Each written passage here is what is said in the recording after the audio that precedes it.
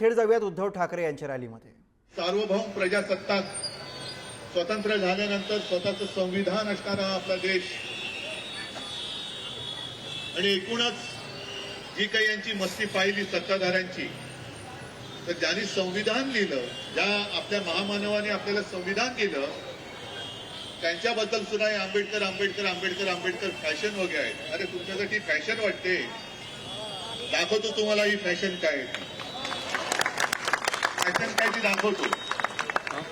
पण एवढा मस्तवालपणा आजपर्यंत कोणी करण्याचं धाडस दाखवलं नव्हतं, ते धाडस हे दाखवायला लागले आणि म्हणून त्याने त्यांची जागा ही दाखवून देण्याचं काम ज्या महामानवानी महाराष्ट्राच्या सुपुत्रांनी या देशाला संविधान दिलं, त्या महाराष्ट्राचं एक कर्तव्य आहे की आपल्या या महामानवाचा म्हणजे डॉक्टर बाबासाहेब आंबेडकरांचा आणि संविधानाचा अपमान करणाऱ्यांना त्यांची जागा दाखवून दिलीच पाहिजे।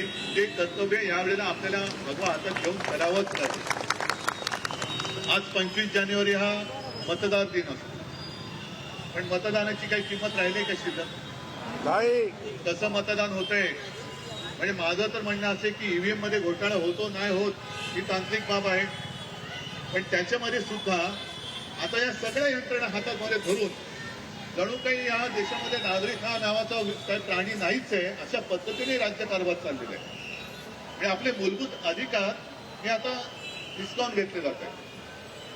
गेल्या वर्षी जी लोकसभेची निवडणूक झाली त्याच्यात तर यांनी असं सांगितलं होतं, म्हणजे भाजपवाल्यांनी, की आम्हाला 405 जागा पाहिजे कारण संविधान बदलायचे। सुदैव असं की आपण सर्वांनी महाराष्ट्राने हे स्वप्न पूर्ण नाही होऊ दिलं, पण संविधान मानते कोण? कारण गद्दारी करून शिवसेना फोडली, शिवसेना चोरली, त्याला सुद्धा 2.5-3 वर्ष होऊन गेली। आम्ही दरवाजे ठोकून ठोकून ठोकून ठोकून आमचे हात आता दुखायला लागले। लोकशाही या देशात शिल्लक राहिली की नाही? तसं पाहिलं तर हा निकाल पहिल्या 2-3 महिन्यामध्ये लागायला पाहिजे होता। त्या संविधानामध्ये ते कलम 10 का काय ना शेड्यूल 10 हे सगळ्यांना कळते, पण समोर दिसत असून सुद्धा मानायचं नाही ही हुकुमशाही आहे आणि त्या हुकुमशाहीच्या विरुद्ध आपण आज उभे आहोत। ही हुकुमशाही त्यांना वाटते की वाटेल ते करू शकतो आणि मगाशी मी तुम्हाला सांगत होतो की आपला मूलभूत अधिकार सुद्धा हिसकावून घेतला जातोय। कोणता मूलभूत अधिकार आहे? मतदार दिवस आज असल्यामुळे मी हाही अधिकार तुम्हाला सांगतो। आपल्यापैकी किती जणांनी बॅलेट पेपरवरती मतदान केले? मी पण केलेलं आहे। म्हणजे अगदी तेव्हा दिवाकर रावतेजी वगैरे निवडणुका लढवत होते आणि बॅलेट पेपरवरती नाव असायचं दिवाकर, पूर्ण नाव त्यांचं दिवाकर रावते आणि समोर आपली निशाणी असायची। मग आतमध्ये गेल्यानंतर तो उभा कागद असायचा, त्या नावापुरच्या निशाणीवरती शिक्का मारायचा, वोट केला जायचा। शिक्क्याची काही उमटली तर ती त्या उमेदवाराच्या नावावरती चुकते। असं करून पुन्हा एक घडी घालून आपण मतपेटीत आपलं मत टाकत होतो, बरोबर ना? म्हणजे काय व्हायचं की आपलं मत कुठे जातंय हे शेवटपर्यंत आपल्याला कळत होतं की होय मी या देशाचा नागरिक आहे, मतदार आहे, मला मतदानाचा अधिकार आहे आणि मला माझं मत शेवटपर्यंत कुठे जातंय तो घटनेने दिलेला अधिकार मी बजावला आहे हे तेव्हा आपल्याला कळत होतं। आता काय होतंय, आपण आज जातोय, बटन दाबतोय, दिवा पेटतोय, आवाज येतोय, एखाद्या जसं प्राणी दाखवतात झू मध्ये काचेच्या आड, तसं त्या व्हीव्हीपॅट मशीनची रिसिप्ट दिसते। आपण सगळं हा बरोबर आहे, ती रिसिप्ट खाली जाते नाही जात आपल्याला काही कळत नाही, जाती असेल, पण महत्वाचे जे 2 प्रश्न आहेत, एक तर मी बटन दाबल्यानंतर दिवा लागलेला दिसतोय, आवाज ऐकतोय, रिसिप्ट बघतोय, पण माझं मत आज रजिस्टर कसं आणि कुठे झालंय हे जे मला कळण्याचा अधिकार होता तो या सरकारने आपला काढून घेतलेला आहे। ही लोकशाही आहे। आणि दुसरी गोष्ट, ठीक आहे मी रिसिप्ट पाहिली, पण ती रिसिप्ट बघितल्यानंतर ती केराच्या टोपलीत जात असेल, तिची मतमोजणीच होत नसेल तर काय काढायचं हा मतदानाचा अधिकार? त्या रिसिप्टचं काय परवा हेच नाहीये, नुसतं खर्च होतो। आणि त्याहून आता आणखीन जे भयानक केलेलं आहे की त्या मतदान केंद्रातलं व्हिडिओ शूटिंग हे तुम्ही मागितलं तर तुम्हाला मिळणार नाही।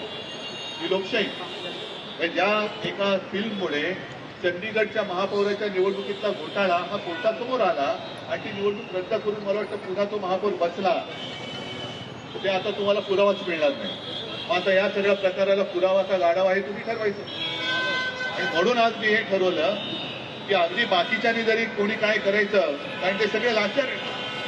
बाळासाहेबांचा विचार हा विचार आहे की हातामध्ये आणि डोक्यावरती आमच्या भगव्या टोपी आहे, पण हातात तिरंगा आहे, एका हातात तिरंगा आणि दुसऱ्या हातामध्ये भगवा. हे बाळासाहेबांचे विचार आहेत. घालीन लोटांगण वंदिन चरण नाही, आणि हे तर वंदन करण्याच्या लायकीचे पण नाहीये. अशा लोकांना त्यांची परत परत मी बोलतोय, जागा दाखवायची जी काही एक जबाबदारी आहे ती आपल्या सगळ्यांची. आज सगळेजण आपण इथे आलात आणि संविधानासाठी दुसरं कोणी नसलं तरी शिवछत्रपतींचा आणि आपल्या शिवसेना प्रमुखांचा महाराष्ट्र हा तत्पर आहे हे दाखवून दिलं. आज महाराष्ट्रामध्ये सर्व तालुक्यांमध्ये, जिल्ह्यांमध्ये हे प्रतिमा पूजन भारत मातेचं, आणि नुसतं भारत माता की जय बोलायचं आणि भारत मातेला साखळी दंडाने पुन्हा आपल्याच कब्जात ठेवायचं.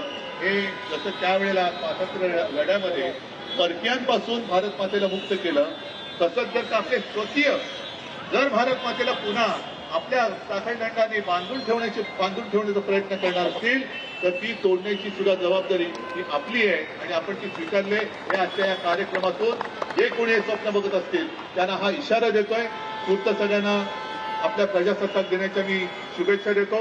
जागे राहा, तत्पर राहा. जय हिंद, जय महाराष्ट्र. आता सामूहिक राष्ट्रगीत होईल. आपण राष्ट्रगीत